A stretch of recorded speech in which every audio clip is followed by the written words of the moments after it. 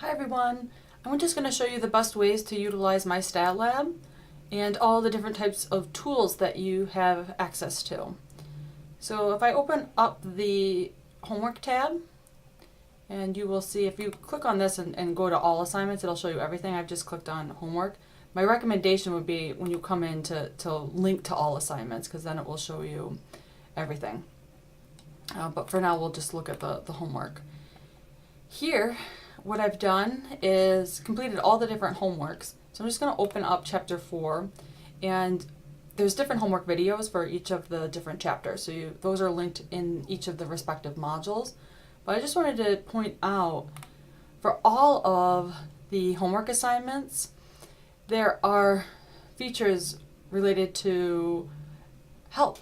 So if you are unsure of a certain problem, or let's say we wanted to go through and do the problem again, if I say similar question and I'm stuck on this particular one, I could go into question help, and all of these options are available for me. So I can view an example, and essentially this is identical in terms of the objectives to the respective question.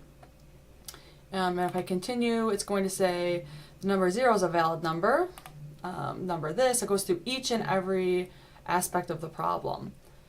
If I want to go through and have it help me solve this, again, similar, it will go through and probably ask you, is 0 a valid number? Yes, it sure is. Anything that falls between 0 and 1, check it.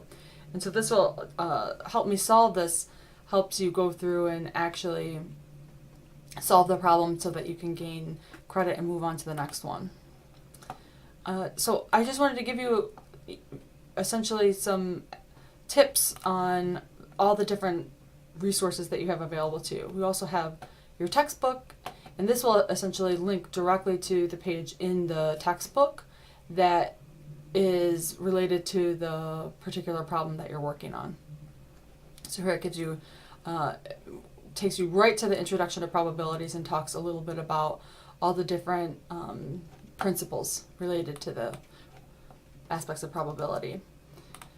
Just so everybody's aware too, if we go into the left tab and go into chapter contents, these are all the different chapters. So we only go through chapters 1 through 9, and you go through chapters the advanced chapters in MGQ 301 if you proceed to take that course.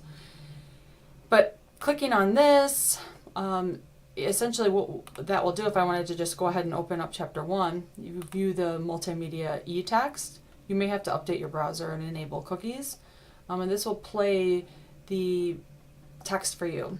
So related to your homework assignments to read and go through the chapter textbook, this is what I'm referring to, are the different chapters that are available right online. Okay, so that takes us through some of the different mechanisms that we have available to us for accessing help and resources in my Stat Lab. Remember to post any other types of questions to the discussion board for the respective review session. You can email your TA or email mgq201@buffalo.edu if you have any other questions.